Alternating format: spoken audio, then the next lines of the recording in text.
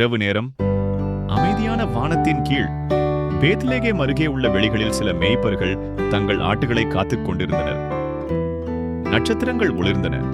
சுற்றிலும் ஆழ்ந்த அமைதி நிலவியது. அச்சமயம் திடீரென பிரகாசமான தெய்வீக ஒளி அந்த வெளிகளை நிரப்பியது. ஒரு தேவதூதர் அவர்கள் முன் தோன்றினார். அந்த ஒளியை பார்த்து மேய்ப்பர்கள் மிகவும் பயந்து போனார்கள். அப்போது தேவதூதர் மென்மையான குரலில் சொன்னார், பயப்பட வேண்டாம். இதோ உங்களுக்கும் எல்லா மக்களுக்கும் மிகுந்த மகிழ்ச்சியை கொடுக்கும் நல்வார்த்தையை நான் அறிவிக்கிறேன். இன்று தாவீதின் நகரமான பெத்லகேம் உங்களுக்காக ஒரு இரட்சகர் பிறந்துள்ளார். அவர் கிறிஸ்து, ஆண்டவர். அவரை நீங்கள் ஒரு மாட்டுத் தாழ்வாரத்தில் துணியில் சுற்றப்பட்ட குழந்தையாக காண்பீர்கள். அந்த நொடியில் வானம் முழுவதும் எண்ணற்ற தேவதூதர்கள் தோன்றி தேவனை புகழ்ந்து பாடினர்.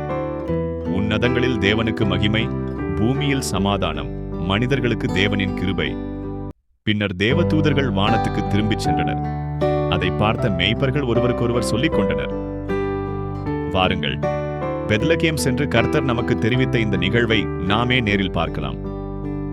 அவர்கள் உடனே புறப்பட்டு பெத்லகேம் சென்று மரியா, யோசேப்பு மற்றும் மாட்டுத்தாழ்வாரத்தில் கிடந்த குழந்தை இயேசுவை கண்டனர். தேவதூதர் கூறிய அனைத்தையும் அவர்கள் அங்கே அனைவரிடமும் சொன்னார்கள்.